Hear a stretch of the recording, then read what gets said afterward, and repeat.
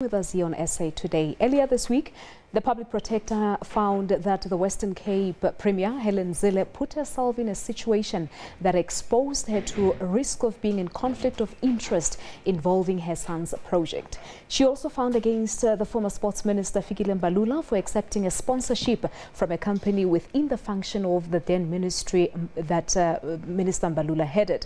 And on the other hand, the Public Protector found against the Treasury Director General for non-disclosure of his criminal record. On the other hand, former Sports Minister Fikile Mbalula says he did not breach any provisions of the Constitution and those of the Executive Members' Ethics Code of Conduct by accepting a paid-for family trip to Dubai. Mbalula was responding to Public Protector Advocate Busisiwe Mkhwebani's findings that he had violated Ethics Code by undertaking a trip to Dubai in 2016, which was not paid by him. Mbalula says the Public Protector's findings are unsubstantiated and prejudicial. He went on to say that he strongly denies those findings.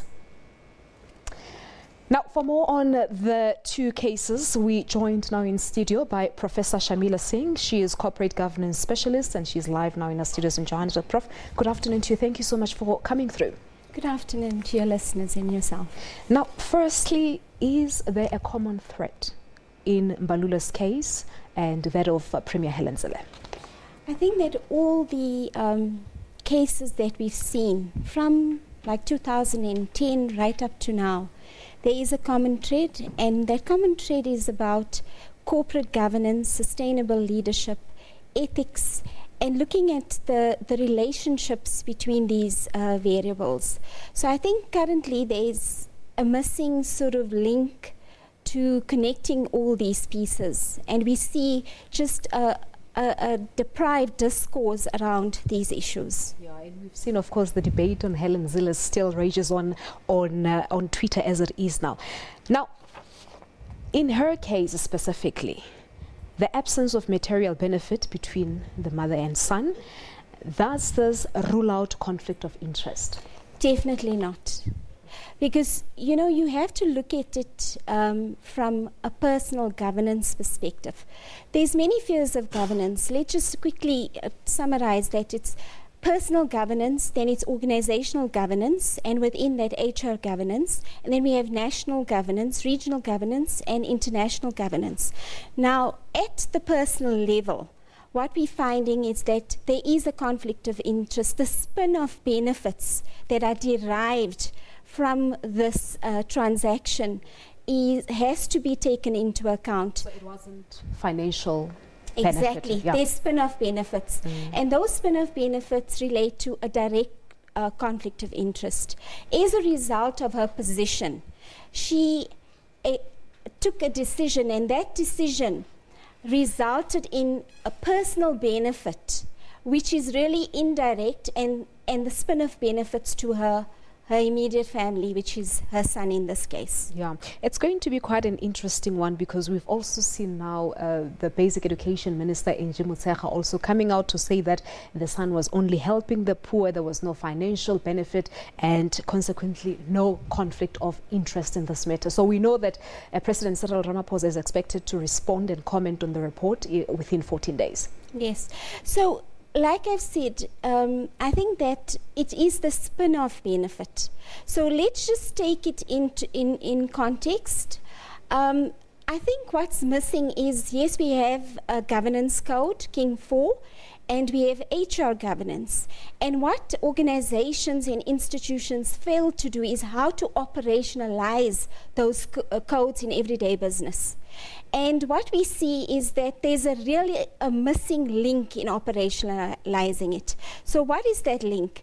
It's about being personally held accountable and being able to use business ethics and personal ethics to make decisions that benefit the greater good of South Africans. So whenever a decision is made, we have to actually anticipate what are the implications for a broad range of stakeholder groups and work backwards and say to ourselves, that ethics is dependent on many things. It's dependent on the organization and how it operationalizes it. So we expect organizations to invest in capacity development, to have a framework of ethics put in place so that we can actually manage, monitor at the personal level, but also at the organizational level.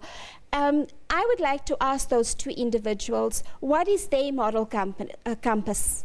You know, and have they reflected on what damage and what harm it has caused?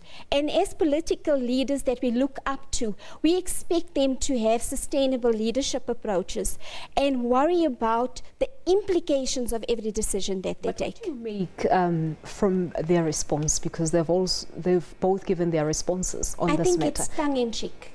I think they really need to reflect on what has happened and how have they let down South Africans. We expect them as leaders to be role models when it comes to ethics. Yeah. Well, you have the former Sports Minister Fikile Mbalula saying that this was a short-term loan that was not even supposed to be disclosed. So he's prepared to challenge the findings in court. Well, if you look at the agency is in the Sports and Recreation Ministry, providing a service. So when we do a stakeholder analysis, there's a direct conflict of interest. And in a position of influence, obviously, you know, to have continued business as an agency, there might be certain agreements or understandings between the parties. Yeah. So in conclusion, Prof, would you say that there is a leadership issue here? In both cases? Definitely, most definitely.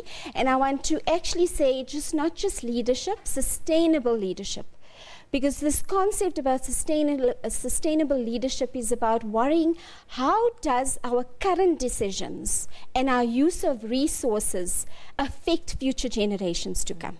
All right, so it also talks to the moral compass as well, as you said earlier on. Yes. All right, Prof, we'll leave it at that. Thank you so much for coming through. Thank you. All right, many thanks there to Professor Shamila Singh. She is corporate governance specialist, of course, giving us her take on the public protector's findings on the Western Cape Premier Helen Zille, and of course on the former sports minister Fikile Mbalula.